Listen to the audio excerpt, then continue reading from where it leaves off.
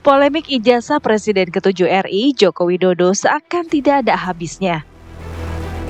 Usai viral soal pernyataan mantan Rektor UGM Sofyan Effendi yang menyebut ijazah Jokowi palsu karena tidak lulus kuliah S1, kini Sofyan Effendi menarik pernyataannya dan meminta maaf. Menarik semua pernyataan saya tentang dalam video tersebut, dan saya mohon agar wawancara dengan dalam kanal YouTube tersebut agar ditarik dari peredaran. Jadi ini karena saya sebenarnya tidak menyangka itu live streaming di YouTube itu disebarkan secara luas. Kalau itu pembicaraan antara sama UGM sih oke, internal ya. Universitas Gadjah Mada pun buka suara soal pernyataan mantan Rektor UGM tersebut. Wakil Rektor UGM, Ari Sujito menyatakan UGM sebagai institusi pendidikan sudah menjelaskan secara proporsional terkait ijazah Jokowi dan meminta tidak dilibatkan dalam polemik politik. Ya, saya kira UGM itu sebagai institusi akademik dan dia sudah menjelaskan secara proporsional, dan apa yang kita lakukan selama ini adalah bagian dari tanggung jawab akademik. Jangan seret juga UGM pada urusan politik, soal blocking politik dan seterusnya. Yang penting UGM itu bicara soal data dan proporsional. UGM memastikan Jokowi adalah alumnus Fakultas Kehutanan yang telah melaksanakan studi sejak 1980 hingga lulus pada 5 November 1985. Namun keraguan soal ijazah Jokowi terus muncul. Akankah secari kertas ijazah itu segera dibuka ke publik? Tim TV One mengabarkan.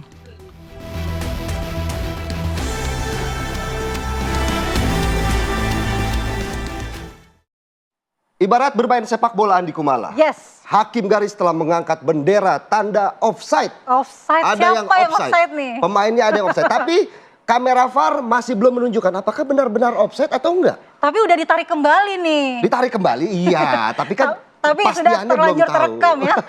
Sudah terlanjur terekam kamera VAR, nggak bisa lagi dianulir. Jadi setelah kasus Mujo muncullah Prof. Effendi yang kemudian menarik kembali pernyataannya bahwa sempat menyatakan Jokowi ini bukan alumnusnya UGM. Ternyata tarik-menarik lagi tren ya. Tarik tambang, tarik menarik kata sekarang. Okay. Begitu. Kita akan bahas bagaimana pernyataan ini kemudian dibantah oleh UGM yang mengatakan bahwa Jokowi ini mahasiswa kami. Kalau UGM udah bilang gitu gimana lagi kan? Kita minta tanggapannya dengan para narasumber yang telah hadir pagi hari ini. Ada siapa saja di Kumala? Iya, kita mulai dari sini ada Bang Ade Darmawan, Sekjen Peradi Bersatu. Selamat pagi. Assalamualaikum. Waalaikumsalam. Mbak Mala. Selamat pagi. Kemudian ada Bang Syamsir Jalil, Tim Advokasi Anti Kriminalisasi Akademisi dan Aktivis. Berhati-hati nih, takut salah ngomong. Panjang. Kemudian, selamat pagi Bang Syamsir. Selamat pagi, sehat selalu. Amin. Kemudian ada Mas Nyarwi Ahmad, analis politik UGM. Selamat pagi. Bang. Pagi, Philip, Mala. UGM ya? UGM. Mas, Asli. Iya. Asli ya? Asli. Udah ditunjukin belum tapi? Oke. Jadi tren ya. Oke, Bang Ade mau nanya nih. Iya. Gonjang ganjing kemarin baru aja nih. Iya. Kemudian Prof. Sofyan Effendi muncul dalam sebuah tayangan, tapi beberapa saat kemudian ditarik kembali ucapannya. Tanggapannya? Ya, saya melihat Prof. Effendi ini kan udah berumur juga, terus kemudian masa jabatannya itu kan tidak menjadi rektor pada zamannya Bapak Insinyur Joko Widodo. Jadi, dan ini ada pengarahan sebenarnya yang dia sendiri nggak menyangka bahwa, oh kok bisa viral gitu loh. Nah, ini ada dua perkara sebenarnya yang bisa dijalankan ketika kemudian memang mau berperkara ya. Artinya ini udah terlanjur ngucap nih, dengan ditarik pernyataan itu tidak menghilangkan satu tindak pidana loh. Tidak menghilangkan? Tidak menghilangkan satu tindak pidana. Justru membuktikan adanya tindak pidana di situ. Dengan surat ditariknya berarti diakui benar ucapan itu. Itu yang pertama. Yang kedua adalah pengarahan yang dilakukan Dr. Rismond ya. Nah, pengarahan ini juga bisa dia berkeberatan. Karena kenapa? Tanpa seizin seorang Prof. Sofyan itu diangkat, di-up atau diedarkan. Nah, ini ada dua peristiwa loh. Sebenarnya kalau kita mau jujur ya. Tetapi apakah mereka ini berkenan atau beliau berkenan untuk melakukan itu? Yang bisa keberatan adalah Pak Effendi. Terus yang kedua, tidak hanya Bapak Insinyur Joko Widodo dalam hal ini, keluarganya, saudaranya, ini bisa memperkarakan ini kepada Pak Sofyan. Kenapa? Sudah jelas. Ada ucapan, sudah di-up ke media, tersebar, dan kalau ada keberatan di sini oleh keluarga Bapak Insinyur Joko Widodo, kena nih. Ini kena. Nah, yang otentik, satu lagi, yang otentik adalah pernyataan UGM. Kalau kita nyari, oh ini Fuslap hanya identik, bukan otentik. Otentik itu pernyataan UGM, Mas. Mas Philip. Jadi gini Mbak Malaya, yang namanya otentik itu ada pada UGM. Itu tidak bisa ditawar lagi. Tapi UGM sendiri pun hanya memberikan pernyataan, tidak menunjukkan. Ada pernyataan itu, Mbak. Tetapi itu di kepolisian. Tertulisnya kan maksudnya ini kan? Tertulisnya kan? Kalau tertulisnya kan dia sudah di BAP. Pihak UGM itu sudah dilakukan pemeriksaan. Berarti di hadapan penyidik? Di hadapan penyidik. Kan nggak perlu masyarakat yang menyidik. Kan kalau gitu bubarin aja polisinya dong. Kalau masyarakat TPUA menjadi polisi, ya kan? Kita semua mau jadi polisi kan nggak bisa. Mesti sekolah dulu kita, daftar rapol. Baru bisa jadi polisi. Kan begitu. Itu yang saya melihat, dan sekarang berhati-hatilah untuk mengungkapkan sesuatu narasi. Kenapa? Ada aturannya. Jika dilaporkan kena pasal apa? Ya itu ujaran kebencian, pencemaran nama baik. Kebohongan? Ya, kalau ada keuntungan di situ, 378. Penipuan dong. Mas Abzir, kan gitu. Langsung aja ya. Ya, menarik juga ya. Jadi masalah dugaan ijazah palsu Presiden Republik Indonesia yang ke-7 ini terus berkembang ya. Yang tadinya yang sudah masuk penjara pun seperti Bambang Tri maupun Gus Dur, sekarang setelah itu juga teman-teman kita di TPUA juga mulai diangkat-angkat. Ini masuk lagi, setelah itu juga ada Kasmujo, ada Pasar Pramuka. Nah sekarang muncul lagi mantan rektor UGM. Mantan rektor UGM 2002-2007, Profesor Sofyan Effendi. Beliau itu udah sepuh ya. 80 tahun. Saya pikir kalau tadi Bung Ade Darmawan sebutkan mau dipidanakan, saya pikir juga bukan sesuatu yang pantas ya. Tapi inilah proses ini terus bergulir ya. Sehingga saya ingin menyatakan kalau sebenarnya masalah dugaan ijazah palsu mantan Presiden RI Joko Widodo ini sudah tidak lagi match dengan yang ditujukan kepada Roy Suryo dan kawan-kawan ya, sudah kemana-mana. Jadi untuk itu saya pikir ya kita harus paham juga, kalaupun seorang mantan rektor ya, yang sudah menyatakan seperti itu, ya itu seperti betul itu sampaikan tadi. Jadi ya tentu dia punya dasar-dasar yang kuat ya. Sebagai seorang mantan rektor yang 5 tahun memimpin UGM, tentu dia punya pola-pola dalam menguasai dalam menganalisa suatu katakanlah ijazah lah.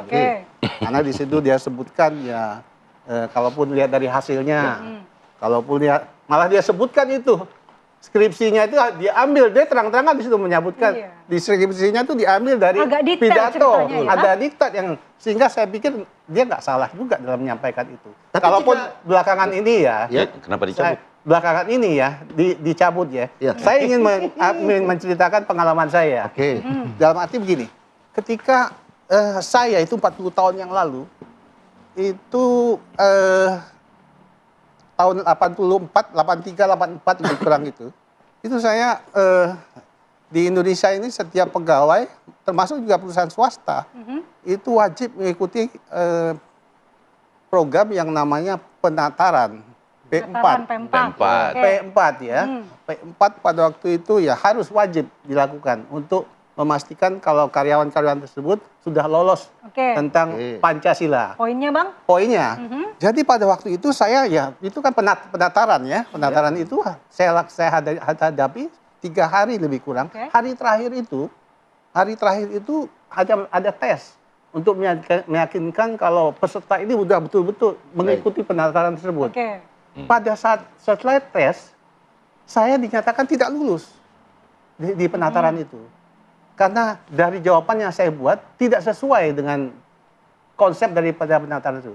Saya dipanggil, diajak ke pojok itu oleh bagian HRD perusahaan saya. Ajak pojok, disampaikan kali dia, kamu nggak lulus. Kenapa Pak tidak lulus? Karena jawaban kamu salah di situ. Di situ ada satu pertanyaan. Poinnya Bang. Poinnya, ada pertanyaan yang menyatakan, apakah kamu setuju kalau 7 kata dalam Piagam Jakarta itu masuk lagi ke dalam Pancasila? Loh, saya kan punya keyakinan. Saya setuju aja, saya bilang. Itu jawaban itu tidak diterima. Akhirnya saya hanya mengatakan setelah diskusi panjang ini dengan pegawai perusahaan, dia bilang ini kan untuk keperluan kamu. Kamu ingin terus juga kan bekerja. Jadi kalau saya sarankan, dia bilang, untuk keperluan kamu buat aja, kamu berjawab aja sesuai dengan keinginan yang meminta. Berarti ada yang menyetir itu begitu, Bang? Artinya bisa dibantu kelulusannya. Saya hanya ceritakan pengalaman saya. Jadi kalaupun Profesor Sofyan Effendi ini merubah pernyataannya setelah dia bikin video, yaitu untuk keperluan Sofyan Effendi sendiri. Oke, Mas Nyarwi, tanggapannya gimana? Pengacara mah bebas. Tetapi agak hati-hati juga bernarasi. Agak hati-hati gitu. Iya dong, kan gitu. Mungkin tanggapannya Bang Nyarwi, dari sisi politik seperti apa melihatnya? Ada perubahan, ada kata-kata yang ditarik begitu. Iya, ini langsung dilempar ke saya lagi. Iya. Lempar tanggung jawab gitu ya. Begini, saya bicara 2 hal ya, Bang Samsir, Pak Ade ya. Terkait dengan peristiwa tadi, Pak Sofyan menarik ucapan gitu kan. Ya. Ada 2 hal. Yang pertama itu soal narasi. Ya kan. Nah, yang kedua itu soal status dan posisi Pak Sofyan sebagai apa. 2 hal itu aja dulu. Nah, yang pertama dalam konteks narasi gitu ya. Karena saya akademisi komunikasi, saya akan jelaskan logika ilmiahnya.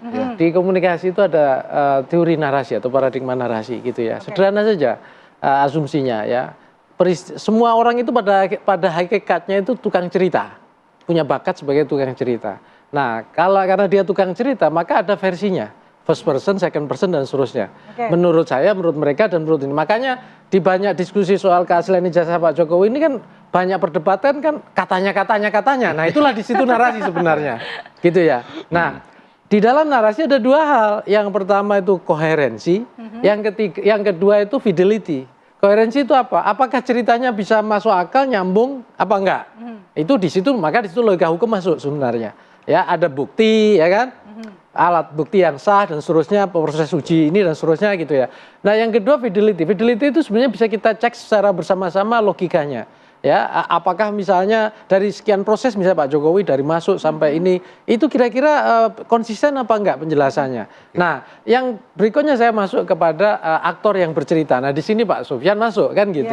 Nah, makanya tadi Bang Samsir cerita loh, kok ceritanya ada mulai dari siapa Pak Kasmujo, ada muncul lagi nih yang terakhir Pak Sofyan gitu ya. Nah, saya menempatkan Pak Sofyan ini kan akademisi sungguhnya. Betul. Ya, karena akademisi ada gium yang saya sekarang saya masih yakini, ya kan. Akademisi itu bisa aja salah, tapi nggak boleh bohong. Kan gitu. Nah, logika riset itu sama. Misalnya saya peneliti gitu ya. Saya menemukan data di waktu ini kesimpulan saya seperti ini. Ini agak bias gitu. Kenapa? Karena ternyata data saya nggak akurat. Samplingnya kurang pas misalnya dan seterusnya. Nah, kemudian saya riset lagi, saya perbaiki. Kesimpulan saya bisa berbeda kan? Nah, apa yang terjadi pada Pak Sofyan saya analogkan sebagai logika cara berpikir akademisi sesungguhnya. Jadi bisa saja ketika informasi yang didapatkan feeding yang itu belum akurat gitu ya. Nah, maka muncul statement istilahnya menurut ini katanya ini dan seterusnya. Tapi waktunya kemudian sangat cepat Mas perubahannya dari dia mengungkapkan kemudian menarik kembali kata-katanya. Iya, menurut saya karena juga ada informasi yang mungkin bisa dikonfirmasi dan pada akhirnya muncul kesimpulan. Ya kan? Dan kesimpulan yang terakhir itu kalau kita nulis paper kan aja bisa berubah loh. Yang di sini muncul perdebatan ini kemudian berikutnya saya merevisi argumen saya nih. Tapi Bang Nyarwi ketika Prof Effendi juga telah menceritakan begitu detail begitu ya Bang Samsir, artinya begitu meyakinkan tapi kemudian merubah, apakah jika bisa berbicara atau menjelaskan dengan begitu meyakinkan tingkat kebenarannya di atas rata-rata? Begini, tadi kan saya balik lagi apalagi akademisi loh. Ya, tadi balik lagi kan teori narasi tadi. Ya kan? Itu berdasarkan apa? Fakta, data dan seterusnya yang pada awalnya didengar. Kan menurut katanya-katanya kan gitu. Nah, tidak ada evidence kan gitu. Narasi lagi kan gitu. Nah, ketika misalnya ada hal yang informasi lagi yang menambahkan, yang kemudian merubah kesimpulan, itu hal yang biasa dalam dunia akademik. Nah, sayangnya perdebatan akademik ini ada dalam ranah hukum dan ranah politik. Nah, ini yang saya bilang, kemudian pada akhirnya ini tadi, orang masih bingung lagi, ini yang benar yang mana kan gitu. Oke, kita mau cari tahu nanti yang benar yang mana nih. Kita akan minta tanggapan Bang Ade juga Bang Samsir, tapi kita jeda terlebih dahulu. Saat lagi kita lanjutkan dialog pemirsa di Apa Kabar Indonesia Pagi.